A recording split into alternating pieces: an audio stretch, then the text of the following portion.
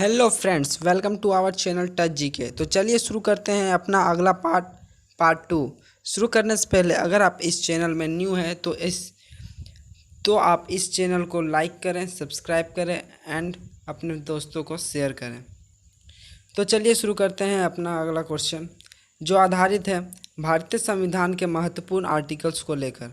तो शुरू करते हैं हमारा पहला क्वेश्चन। पहला क्वेश्चन है अनुच्छेद नंबर 30।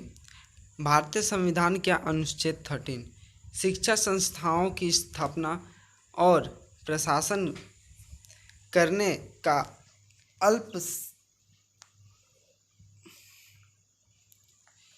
अनुच्छेद 30 शिक्षा संस्थाओं की स्थापना और प्रशासन करने का अल्पसंख्यक वर्गों का अधिकार। चलिए इसका विवरण जानते हैं।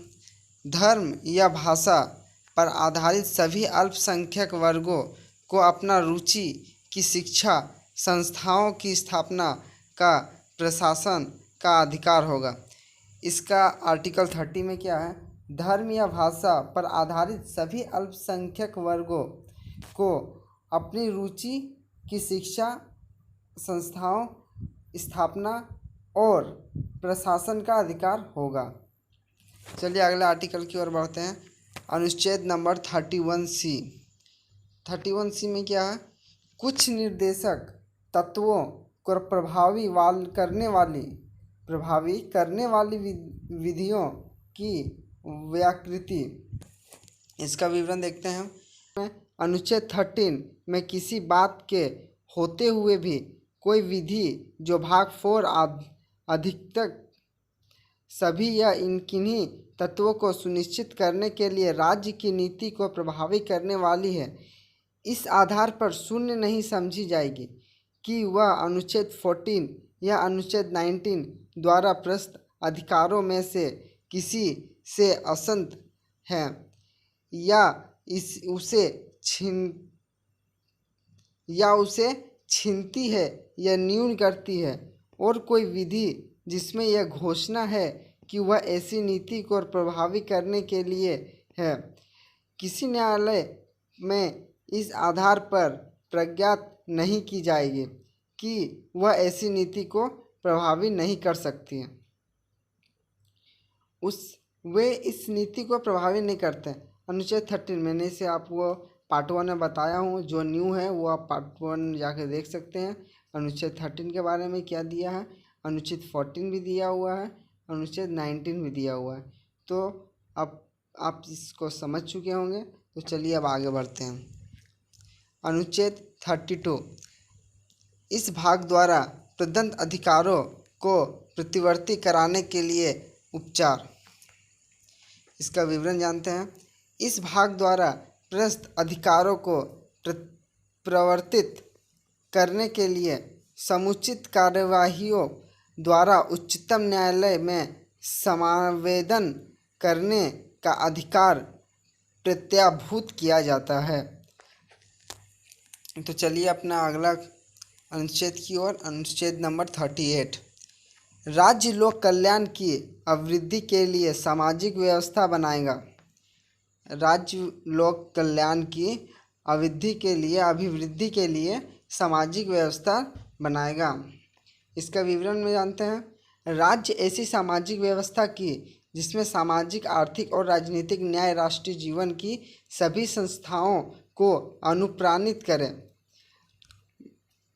भरसक प्रभावी रूप से स्थापना और संरक्षण करके लोक कल्याण की अभिवृद्धि का प्रयास करे। इसका विवरण देखिए। इसका विवरण बताया कि राज्य ऐसी सामाजिक व्यवस्था की जिसमें सामाजिक, आर्थिक और राजनीतिक न्याय राष्ट्रीय जीवन की सभी संस्थाओं को अनुप्राणित करे। चलिए ठीक है, अगला आगे बढ़ते हैं।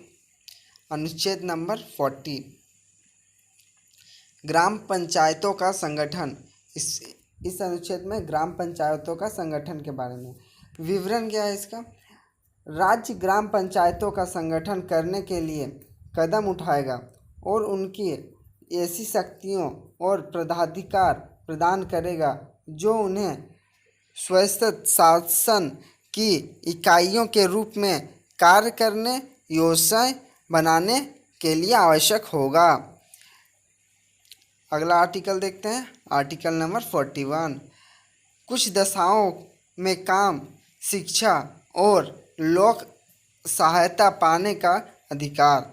इसका विवरण जानते हैं। राज्य अपनी आर्थिक समानता और विकास की सीमाओं के भीतर काम पाने के, शिक्षा पाने के और बेकारी, बुढ़ापा, बीमारी और निश्चितता तथा अन्य अभाव दशाओं में लोक सहायता पाने के अधिकार को प्राप्त कराने का प्रभावी उपलब्ध करेगा।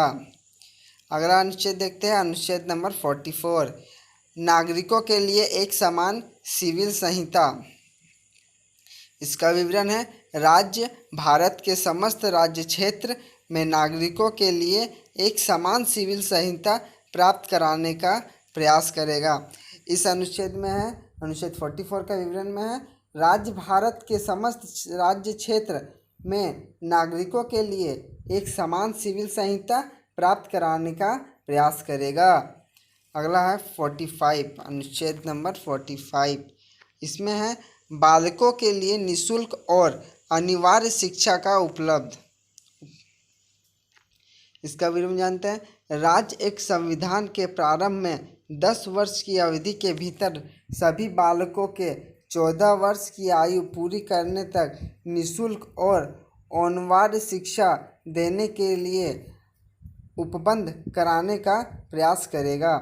राज्य सरकार जो है वो 10 वर्ष की अवधि के भीतर सभी बालकों को 14 वर्ष की आयु पूरी करने तक निःशुल्क और अनिवार्य शिक्षा देने का उपलब्ध कराने का प्रयास करेगा। अब अगला है अनुच्छेद नंबर 46। अनुसूचित जातियों, अनुसूचित जनजातियों और अन्य दुर्बल वर्गों के शिक्षा और अर्थ संबंधी हितों की अभिवृद्धि। इसका विवरण जानते हैं। राज्य जनता के दुर्लभ वर्गों के विशिष्टता, अनुसूचित जातियों और अनुसूचित जनजातियों के शिक्षा का अर्थ संबंधी हितों की विशेष सावधानी से अभिवृद्धि करेगा और सामाजिक अन्याय और सभी प्रकार के शोषण से उसकी सुरक्षा करेगा। अगला आर्टिकल और इस पार्ट का आखिरी क्वेश्चन, अनुच्छेद नंबर 47। प्रोत्साहन स्तर और जीवन स्तर को ऊंचा करने तथा लोक स्वास्थ्य का सुधार कराने का राज्य का कर्तव्य। विवरण।